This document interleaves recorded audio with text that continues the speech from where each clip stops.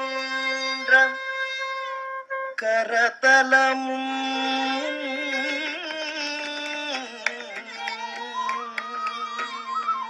அரை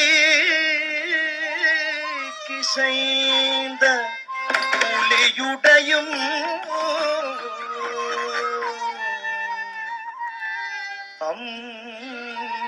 அம்புலி செஞ்சடை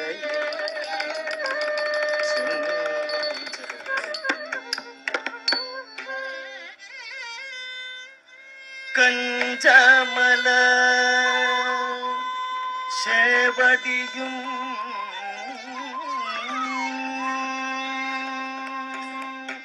கனை கடலும் சிலம்பும்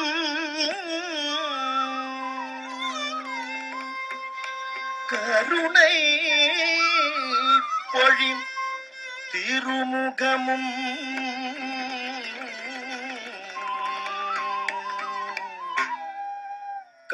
கண்கள் ஒரு மூன்றும்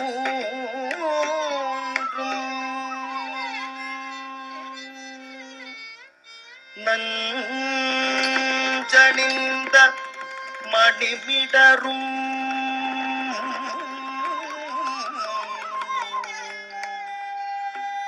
நூல் மார்பும் நலம் திகழ் வெண்ணீர் ஒளியோ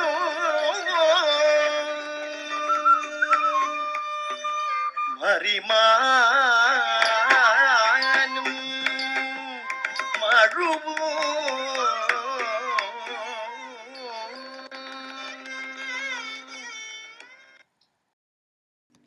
Even those of us in the West who know little or nothing about Indian art know this work. And I was fascinated, even as a young child. I sensed something in it much deeper and much truer than I could explain with what I knew at the time.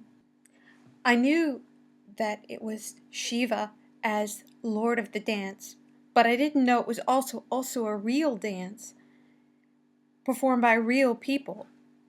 But I didn't know that there were actually 108 different parts to this dance.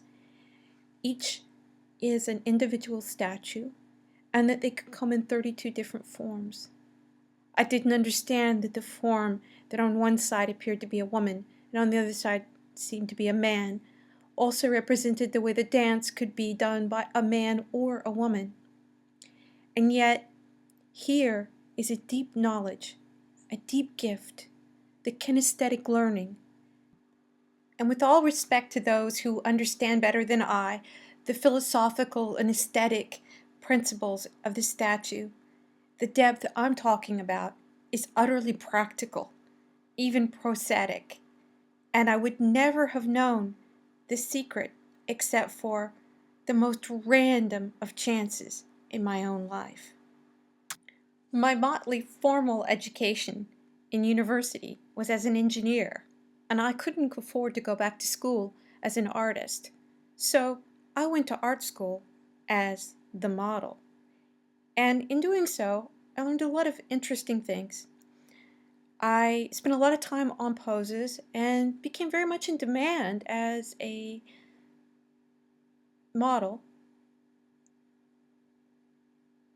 But the thing I really learned was that I could tell in advance if people were going to do a good job or not.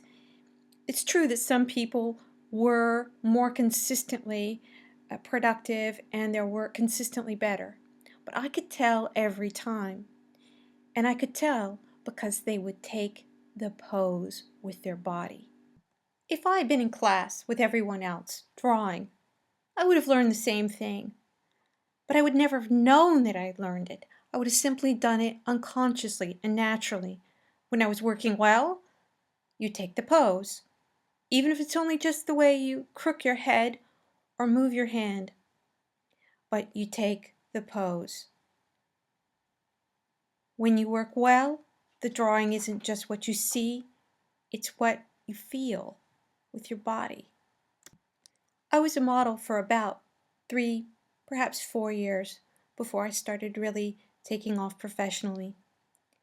And those hours of watching others do what I was waiting to go home to work on myself irrevocably changed how I understand what it means to create art. The best work always has in it something that's not possible for the eye to know. Take the iconic wave. It tells us things that we could never know from a photograph. The height of the wave, the shift, the swing, also the sudden rising up of the horizon in between waves. None of this you could see just with your eyes. Compare this to a real photograph of a battleship, New Jersey, in the middle of a typhoon.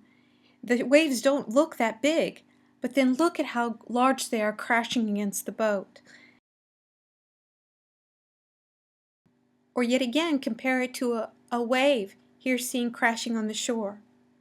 And you can see there are no large waves or ripples very close. The water is actually quite smooth. What he's done is condensed what we feel in a storm into one image. Part of what makes his work so great is all the information it contains that the eye could never have discovered all alone.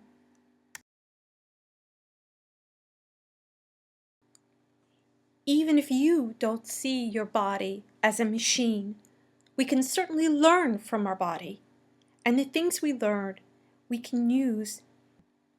Most art forms generally depend on one sense more than the other, but they all need the body. That knowledge takes many forms, but in the West and in the visual arts, the word we use is gesture. To see how we get at gesture, how we get at the information our body has to give us, it might help to look at this homunculus, or little man. And you can see that in our brain, our body isn't the same size it is if you took a plaster cast or measured it with a ruler. It's interesting to see how the homunculus shares many of the same distortions one finds in African masks, in fact, masks the world over. And indeed, many of the distortions one finds in art have their origins in deep structures of the brain. Even works that don't appear at first glance to be gestural are in fact heavily tied to it. This is Rodin sculpting a marble. And yet he too used gesture, and particularly gesture drawing, to inform his work. People were always surprised at how Rodin approached modeling the human form. He encouraged his models and those that sat for busts to move around freely and allow him to see their form in movement and under change.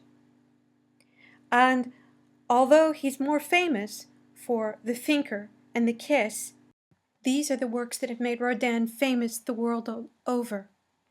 And yet, as we look at his gesture work, as we look at the watercolors and the drawings, and see the rich and free way he uses line, the longer one looks at these light, free, flowing images, the clearer one sees the connection between the eye and vision and the body, between the kinetic motion of the line and the body, between the figure, the motion, the emotion in the marble that infects us and affects us so deeply. In the next section, we'll look at individual work and see how gesture is an important part of even finished work. Lastly, we'll look at gesture and error